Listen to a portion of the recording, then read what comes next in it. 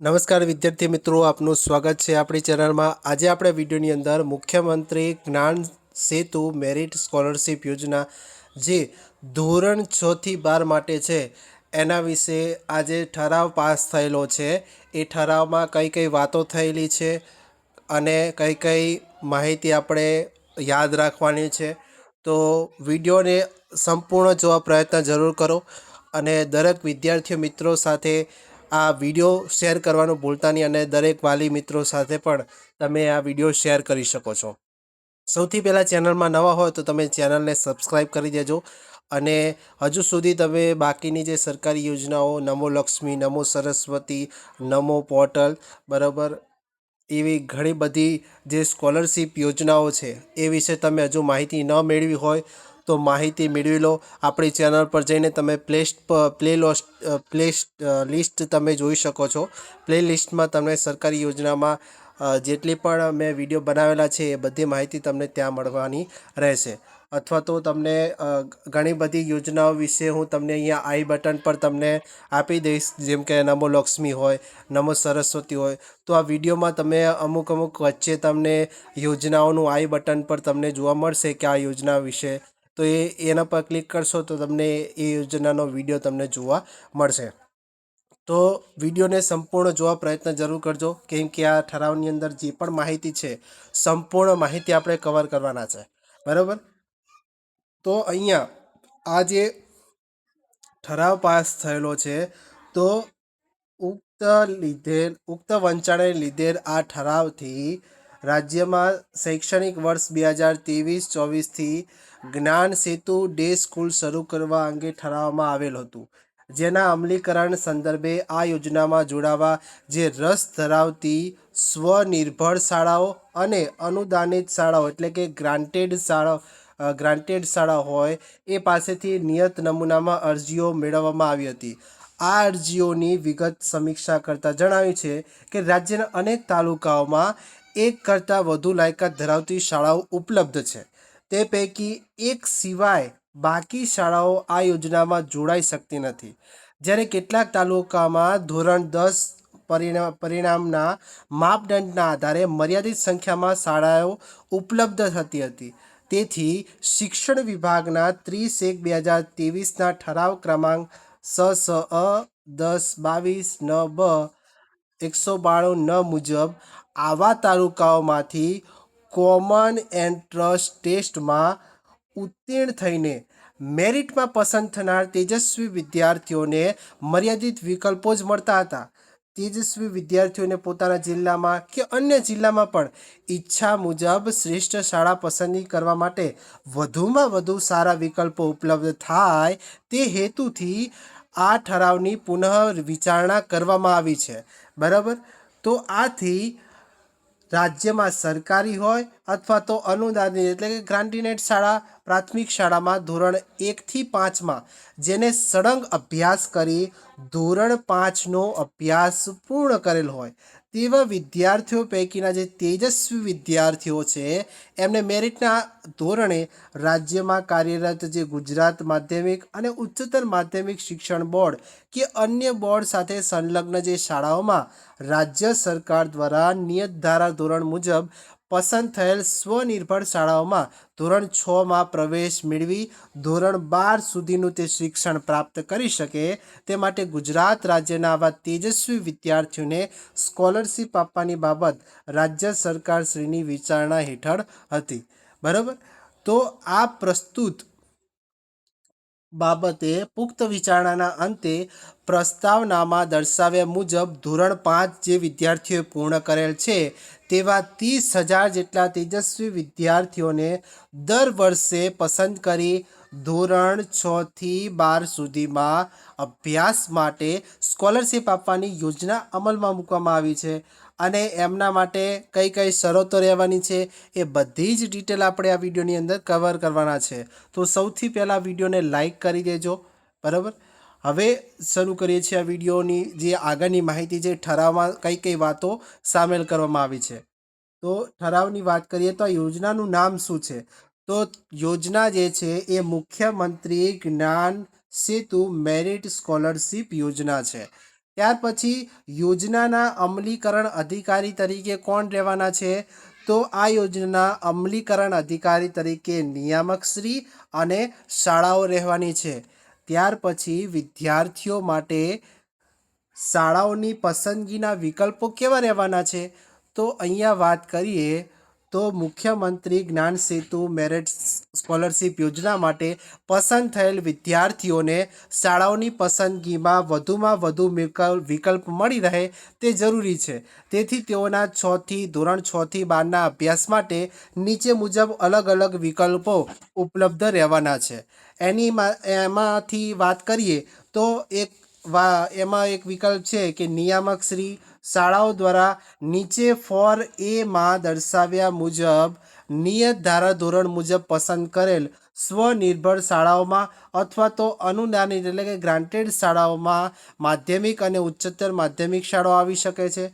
અથવા તો બી તરીકે કે ઉપર એમાં દર્શાવ્યા મુજબના ધારાધોરણ મુજબ પસંદ થયેલ શાળાઓ ઉપરાંત નીચે મુજબની શાળાઓ પણ આ વિદ્યાર્થીઓનો પ્રવેશ મેળવી શકે છે.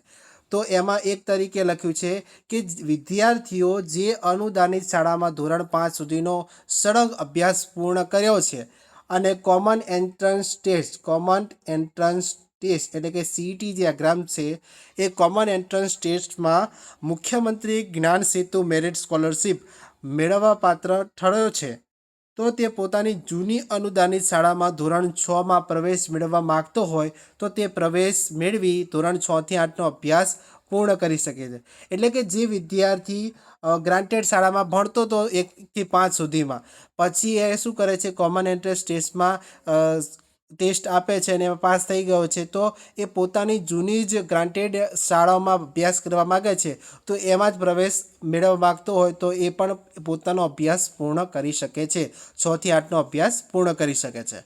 બરાબર. બીજા ઓપ્શનમાં શું કીધું છે કે વિદ્યાર્થીઓ જે સરકારી એટલે કે જે ગવર્મેન્ટ શાળાઓ છે એમાં ધોરણ 5 સુધીનો સળંગ અભ્યાસ પૂર્ણ કર્યો છે અને કોમન એન્ટ્રન્સ ટેસ્ટમાં મુખ્યમંત્રી જ્ઞાન સેતુ મેરિટ સ્કોલરશિપ એમને મેળવવા પાત્ર ઠર્યો હોય તો તે પોતાની જૂની સરકારી શાળામાં કે કોઈ બીજી અન્ય સરકારી શાળામાં પ્રાથમિક શાળામાં ધોરણ 6માં પ્રવેશ મેળવવા માગતો હોય તો તે પ્રવેશ મેળવી ધોરણ 6 થી 8નો અભ્યાસક્રમ પૂર્ણ કરી શકે છે. બે વિકલ્પો આપ્યા કે પહેલાં ધારો કે તમે જે ગ્રાન્ટીનેડ જે શાળાઓ છે એની અંદર વિદ્યાર્થી 1 થી 5 અભ્યાસ કર્યો છે અને અભ્યાસ કરી બાદ ત્યાં જ ભણવું છે તો હવે કોમન એન્ટ્રન્સ ટેસ્ટમાં જો એને પાસ કરી હોય અને મેરિટમાં નામ આવ્યું હોય તો મુખ્યમંત્રી જ્ઞાન સેતુ મેરિટ સ્કોલરશિપ એમને મળે તો ધોરણ 6 થી 8માં અભ્યાસક્રમ પૂર્ણ કરી શકે છે.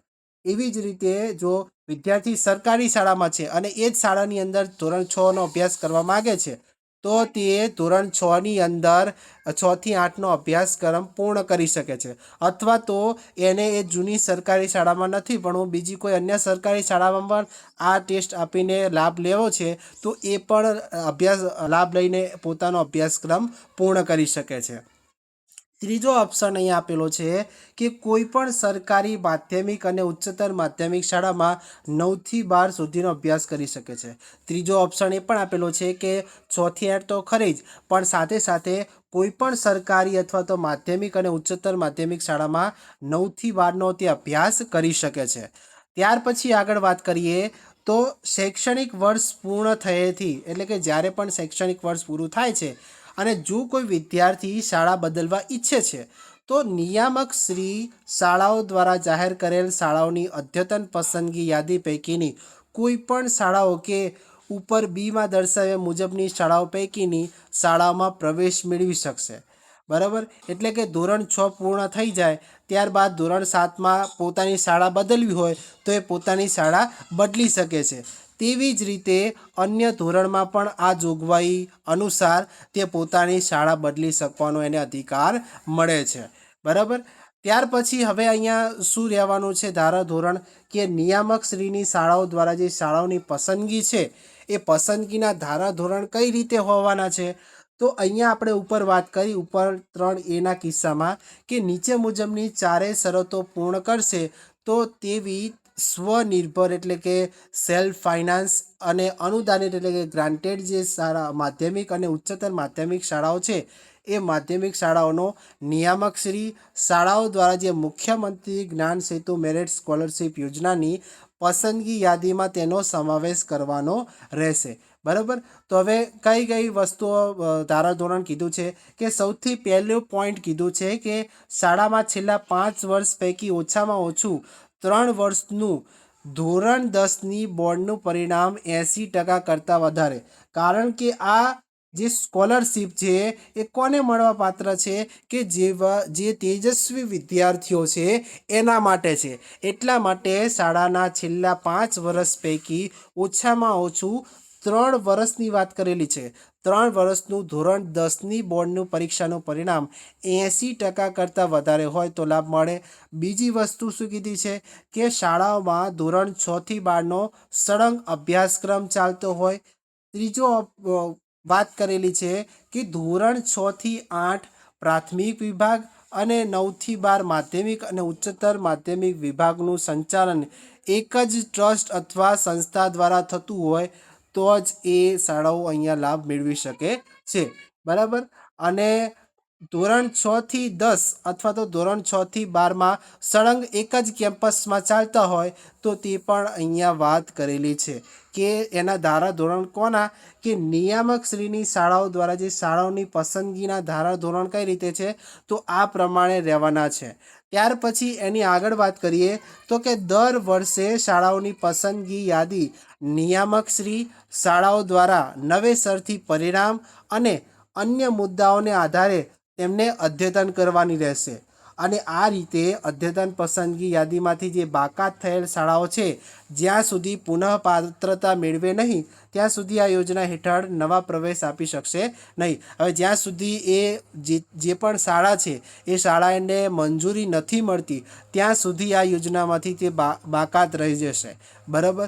પરંતુ અગાઉના વર્ષમાં આવી શાળામાં પ્રવેશ મેળવેલ હોય તો તેવા વિદ્યાર્થીઓ ધોરણ 12 સુધીનો અભ્યાસ તે જ શાળામાં પૂર્ણ કરી શકે છે. હવે જે વિદ્યાર્થીઓએ પહેલેથી અરજી કરી હતી ત્યારે મંજૂરી હતી પરંતુ હવે મંજૂરી નથી તો જે પહેલાં મંજૂરી મળેલી હતી તો જે વિદ્યાર્થીઓએ પ્રવેશ લઈ લીધો છે તો તેમને વિદ્યાર્થીઓને 12 સુધીનો અભ્યાસ તે જ શાળામાં કરી શકે છે. અથવા વિદ્યાર્થીઓ તેમની ઈચ્છા મુજબ ઉપર ક્રમ 3C મુજબ અનુસાર શાળા બદલી પણ શકે છે. એ પણ તમને હક મળી રહે છે.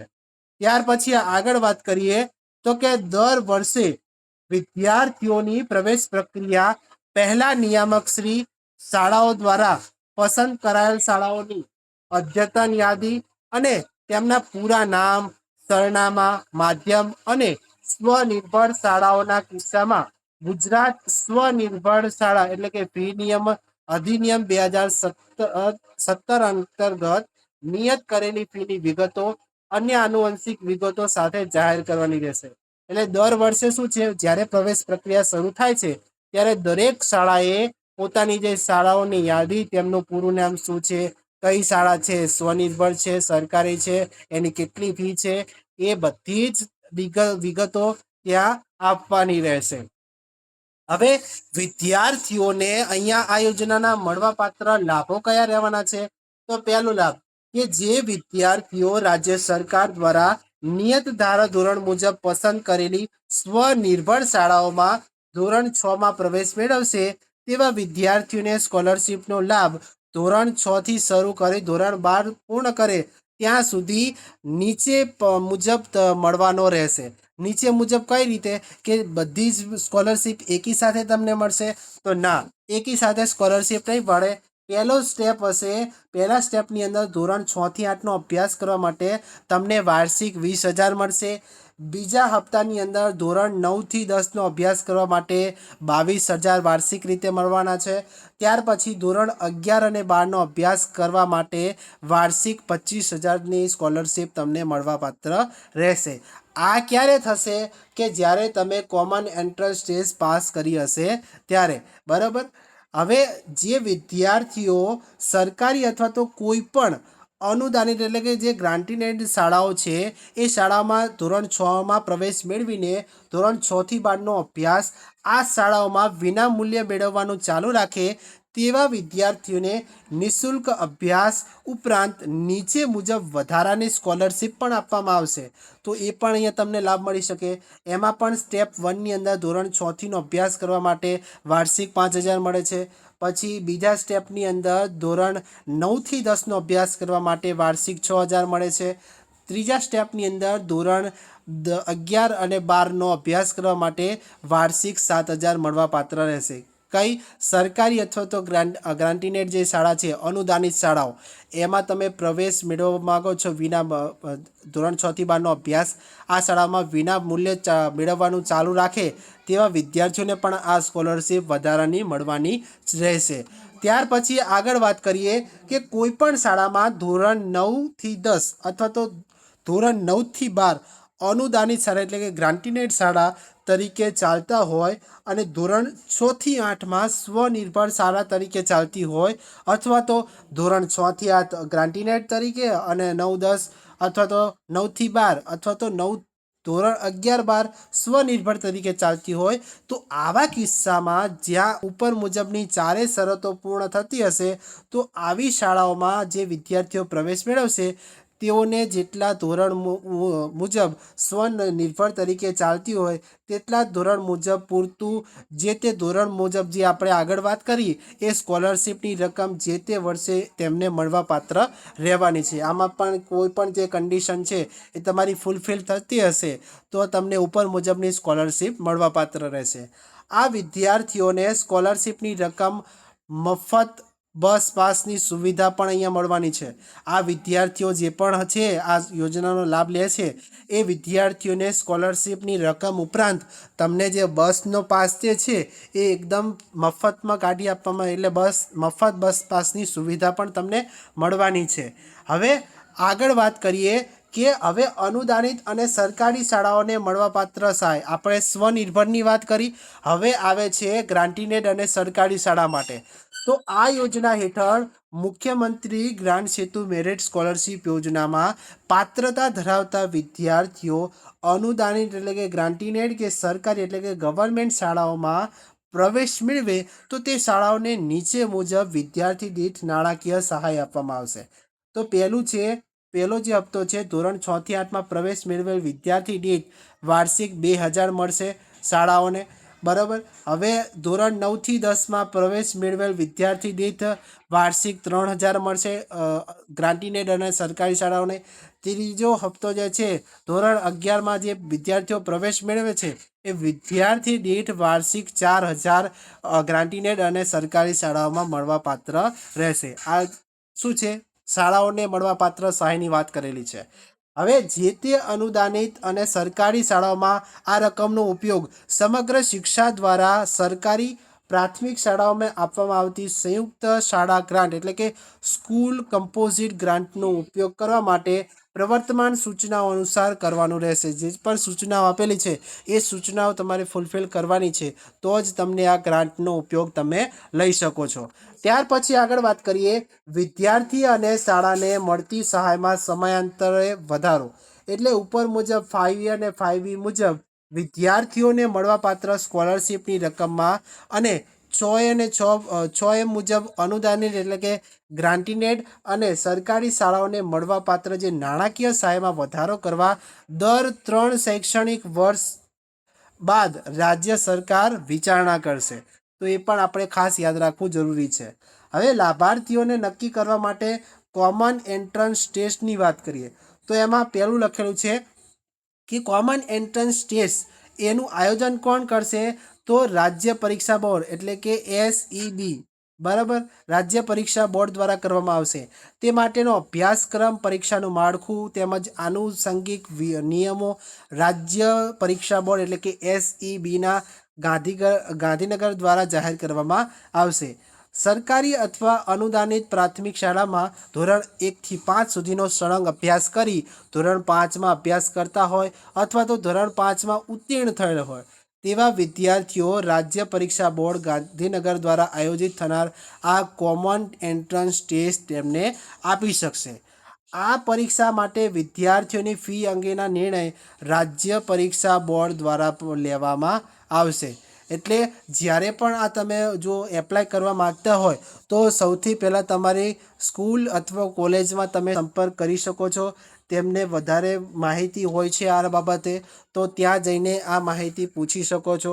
બરાબર, ડાયરેક્ટ તમે ફોર્મ ભરવાનું શરૂ ના કરી દેતા, કેમ કે કઈ તારીખ છે, કઈ તારીખ નથી, કઈ લાસ્ટ ડેટ છે, એ માટે તમારે ત્યાં તમારી શાળાનો સંપર્ક કરવો જરૂરી છે.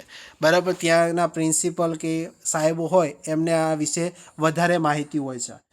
કોમન એન્ટ્રન્સ ટેસ્ટનું પરિણામ અને મેરિટ લિસ્ટ. તો કોમન એન્ટ્રન્સ ટેસ્ટ છે એ પરીક્ષામાં જે કટ ઓફ રહેવાનું છે, એ કટ ઓફ કરતાં વધુ ગુણ મેળવનારા જે તેજસ્વી વિદ્યાર્થીઓની યાદી એ પણ રાજ્ય પરીક્ષા બોર્ડ દ્વારા મૂકવામાં આવતી હોય છે. બરાબર, અને શાળાઓને સુપ્રત કરવાની રહેશે. અહીંયા ઉપર મુજબની યાદી પૈકીની વિદ્યાર્થીઓના દસ્તાવેજની ખરાઈ એટલે કે જે ડોક્યુમેન્ટ વેરિફિકેશન છે એ સરકારી શાળાઓના કિસ્સામાં જિલ્લા પ્રાથમિક શિક્ષણ અધિકારીશ્રી અથવા તો અનુદાનિત એટલે કે ગ્રાન્ટીનેટ શાળાઓના કિસ્સામાં જિલ્લા શિક્ષણ અધિકારીશ્રી દ્વારા નિયામક શ્રી શાળાઓની સૂચના અનુસાર તમારે કરવાની રહેશે. હવે વિદ્યાર્થીઓની પ્રવેશ પ્રક્રિયા કઈ રીતે હોવાની છે? તો ઉપર મુજબ જે ખરાઈ એટલે કે વેરિફિકેશન પછી જે વિદ્યાર્થીઓ મુખ્યમંત્રી જ્ઞાન સેતુ મેરિટ સ્કોલરશિપ માટે પાત્ર થાય છે તેવા વિદ્યાર્થીઓનું કામચલાઉ મેરિટ લિસ્ટ. કામચલાઉ એટલે કે પ્રોવિઝનલ મેરિટ લિસ્ટ. આ પ્રોવિઝનલ એટલે કે એક પ્રકારે તમને અંદાજો આવી જાય. બરાબર, પણ ફાઇનલ મેરિટ લિસ્ટ કહેવામાં આવતું નથી. આ તેવા વિદ્યાર્થીઓનું કામચલાઉ મેરિટ લિસ્ટ નિયામક શ્રી શાળાઓ દ્વારા એક અલાયદા પોર્ટલ ઉપર પ્રસિદ્ધ કરવામાં આવતું હોય છે. અહીંયા જે એના માટે વધુ વિગતો તમે તમારે સ્કૂલમાં વિગતો પૂછી શકો છો. રાજ્ય કક્ષાની યાદી તૈયાર કરતી વખતે સરકારના ધારાધોરણ મુજબ અનુસૂચિત જાતિ અને અનુસૂચિત જનજાતિના વિદ્યાર્થીઓનો સમાવેશ કરવાનો હોય છે અને દરેક કેટેગરીમાં 50% લાભાર્થી છે એટલે લાભ લેવાવાળી કન્યાઓ રહેવાની છે. સ્કોલરશિપ માટે પાત્રતા ધરાવતા વિદ્યાર્થીઓ નિયત સમય મર્યાદામાં ક્રમાંક 3માં દર્શાવ્યા પ્રમાણે કોઈપણ શાળામાં ધોરણ 6માં પ્રવેશ મેળવી શકે છે. હવે નિયત સમય મર્યાદા તમને જે પણ તારીખ આપેલી હોય એ પ્રમાણે તમારે પ્રવેશ લઈ લેવાનો રહેશે. શાળાઓએ આ સ્કોલરશિપ માટે પાત્રતા ધરાવતા વિદ્યાર્થીઓને જ્યારે ધોરણ 6માં પ્રવેશ આપવામાં આવે છે ત્યારે તેવા વિદ્યાર્થીઓને તેઓની શાળામાં પ્રવેશ બાબતનું જનરલ રજિસ્ટર નંબર સાથેનું પ્રમાણપત્ર શાળાના આચાર્યના સહી સિક્કા સાથે વિદ્યાર્થીને તમારે આપવાનું રહેશે. હવે વિદ્યાર્થીના વાલીએ આ પ્રમાણપત્ર પોર્ટલ ઉપર આપવામાં આવેલા સૂચના અનુસાર નિયત સમય મર્યાદામાં અપલોડ કરવાનું છે. ત્યારબાદ પસંદગી મુજબની શાળામાં પ્રવેશ મેળવવાની સંપૂર્ણ જવાબદારી વિદ્યાર્થીઓની તથા તેઓના વાલીની રહેવાની છે. તે બાબતે જિલ્લા શિક્ષણ અધિકારી, જિલ્લા પ્રાથમિક શિક્ષણ અધિકારી કે નિયામક શ્રી અથવા શાળાઓની જવાબદારી કોઈ રહેવાની નથી. એટલે વાલી તરીકે પણ તમારે સજાગ રહેવાનું છે. એટલા માટે આ વિડીયો દરેક વાલી મિત્રો સાથે પણ તમારે શેર કરવા વિનંતી છે. ત્યાર પછી આ સ્કોલરશિપ રકમની ચૂકવણીની પ્રક્રિયા કઈ રીતે થવાની છે? તો આ યોજના હેઠળ સ્કોલરશિપની ચૂકવણી નિયામક શ્રી શાળાઓ દ્વારા ડાયરેક્ટ બેનિફિટ ટ્રાન્સફર એટલે કે સીધા ખાતાની અંદર સીધા વિદ્યાર્થી અથવા વાલીના બેંક ખાતામાં જમા કરવામાં આવશે. ત્યારબાદ નિયામક શ્રી શાળાઓ દ્વારા આ સ્કોલરશિપ યોજના માટેના પોર્ટલમાં વિદ્યાર્થીઓ દ્વારા મેળવેલ પ્રવેશ અંગેની જિલ્લા શિક્ષણ અધિકારી અથવા તો જિલ્લા પ્રાથમિક શિક્ષણ અધિકારી મારફત વેરિફિકેશન કરવાની રહેશે, ખરાઈ કરવાની રહેશે. તે ખરાઈ કર્યા પછી વહેલામાં વહેલી તકે સંબંધિત વાલીના ખાતામાં તેઓની મળવાપાત્ર સ્કોલરશિપ રકમની 50% રકમ ડાયરેક્ટ બેનિફિટ ટ્રાન્સફર દ્વારા નિયામક શ્રી શાળાએ ચૂકવી આપવાની રહેશે. તો એ પણ આ કાર્ય ધ્યાન રાખવાનું છે શાળાઓએ પણ. સ્કોલરશિપના બીજા હપ્તાની 50% રકમ જે છે એ શૈક્ષણિક વર્ષના બીજા સત્રની શરૂઆતમાં વિદ્યાર્થીઓની પહેલા સત્રની ઓછામાં ઓછી 80% હાજરીને આધારે ચૂકવવાની રહેશે. એટલે અહીંયા હાજરીનો પણ એટલું મહત્ત્વ આપવામાં આવશે, કારણ કે જે તેજસ્વી વિદ્યાર્થીઓ છે એમને રેગ્યુલર આવવું પડશે. રેગ્યુલર જતા હશે તો હાજરીને આધારે પણ બાકીની જે સ્કોલરશિપ છે એ તમને મળવાપાત્રની રહેવાની છે. બરાબર. જ્યારે આ વિદ્યાર્થી બીજા વર્ષે ધોરણ 7માં પહોંચે છે ત્યારે ધોરણ 6ને બીજા સત્રની ઓછામાં ઓછી 80% હાજરીને આધારે શૈક્ષણિક વર્ષની શરૂઆતમાં બીજા વર્ષની સ્કોલરશિપના 50% પહેલા હપ્તાની રકમ ચૂકવવાની રહેશે. ત્યારબાદ આગળ વાત કરીએ તો ધોરણ 7ના પ્રથમ સત્રની ઓછામાં ઓછી 80% હાજરીને આધારે બીજા સત્રની શરૂઆતમાં સ્કોલરશિપના બીજા હપ્તાની રકમ ચૂકવવાની રહેશે. આ જ કાર્યપ્રણાલી પછીના વર્ષોમાં પણ સ્કોલરશિપની ચૂકવણી વખતે લાગુ કરવામાં આવશે. એટલે દર વર્ષે તમારે આ રીતે જ જે શાળાઓ તરફથી અથવા જ્યાંથી સ્કોલરશિપ પાસ થાય છે તો આ રીતે તમારે પ્રોસેસ કરવાની છે. એટલા માટે તમારી હાજરી જે છે એ ખૂબ જ અગત્યનો ભાગ ભજવાની છે. બરાબર. તમે એન્ટ્રન્સ ટેસ્ટ પાસ કરી લીધી, પણ એવું જરૂરી નથી એન્ટ્રન્સ ટેસ્ટ પાસ કરી લીધી ત્યારબાદ તમારી હાજરી પણ અહીંયા ગણવામાં આવશે. સ્કોલરશિપ યોજનાનો લાભ મેળવતા વિદ્યાર્થીઓની વિદ્યા સમીક્ષા કેન્દ્રના ઓનલાઈન એડવાન્સ પોર્ટલ ઉપર નિયમિત રીતે હાજરી ભરવાની જવાબદારી જે તે શાળાની રહેશે. અહીંયા સ્વનિર્ભર શાળાઓના કિસ્સામાં ગુજરાત સ્વનિર્ભર શાળા ફી નિયમન 2017ની જોગવાઈ મુજબ નક્કી કરેલી ફી આ સ્કોલરશિપની રકમ કરતાં વધુ હોય તો વધારાની રકમ શાળાને ચૂકવવાની જવાબદારી વિદ્યાર્થીના વાલીની રહેવાની છે. બરાબર. ત્યાર પછી બીજી આગળની વાત કરેલી છે આ ઠરાવની અંદર. કઈ વાત કરેલી છે તો કે સરકારી અને અનુદાનિત શાળાઓને નાણાકીય સહાયની ચૂકવણીની પ્રક્રિયા. તો કે દર શૈક્ષણિક વર્ષના અંતે જેટલા વિદ્યાર્થીઓ મુખ્યમંત્રી જ્ઞાન સેતુ મેરિટ સ્કોલરશિપ યોજનાનો લાભ સાથે જે કોઈ સરકારી કે અનુદાનિત શાળાઓમાં શૈક્ષણિક વર્ષની 80% હાજરી સાથે પૂર્ણ કરે છે તેવા વિદ્યાર્થીઓ દીઠ ઉપર જે 6A દર્શાવ્યા પ્રમાણેની રકમ નિયામક શ્રી શાળાઓ તરફથી જે તે સરકારી શાળાઓના કિસ્સામાં શાળા વ્યવસ્થાપન જે સમિતિ હોય અથવા તો અનુદાનિત શાળાઓના કિસ્સામાં શાળા સંચાલક મંડળના ખાતામાં જમા કરવામાં આવશે. બરાબર. અન્ય શરતો પણ અહીંયા આપેલી છે તો અન્ય શરતો પણ આપણે જાણી લેવી ખૂબ જ જરૂરી છે. પહેલી છે કે વિદ્યાર્થીઓ અને વાલીઓને તેમની પસંદગી મુજબની શાળામાં પ્રવેશ માટે તે માટે ઉપલબ્ધ માળખાકીય સુવિધાઓ, નિયત લાયકાત ધરાવતા શિક્ષકની ઉપલબ્ધતાને ધ્યાનમાં રાખી ગુજરાત માધ્યમિક અને ઉચ્ચતર માધ્યમિક શિક્ષણ બોર્ડ અને નિયામક શ્રી પ્રાથમિક શિક્ષણ દ્વારા તેમના સંલગ્ન આ યોજના હેઠળ પસંદ થયેલ શાળાઓને વધુ વિદ્યાર્થીઓનો સમાવેશ કરવા માટે જરૂરી છૂટછાટ આપી શકશે. બરાબર. ત્યાર પછી બીજી વાત કરેલી છે કે ધોરણ 6 થી 12ના અભ્યાસ દરમિયાન કોઈ પણ ધોરણમાં વિદ્યાર્થી નાપાસ થાય છે અથવા તો શાળાનું શિક્ષણ છોડી દે છે અથવા વિદ્યાર્થી સામે કોઈ ગંભીર પ્રકારના શિસ્ત વિષયક પગલાઓ લેવામાં આવે છે તો આ યોજનાનો લાભ નિયમ અનુસાર તેઓને આપવામાં આવતો નથી. તો એ પણ ખાસ ધ્યાન રાખવાનું છે.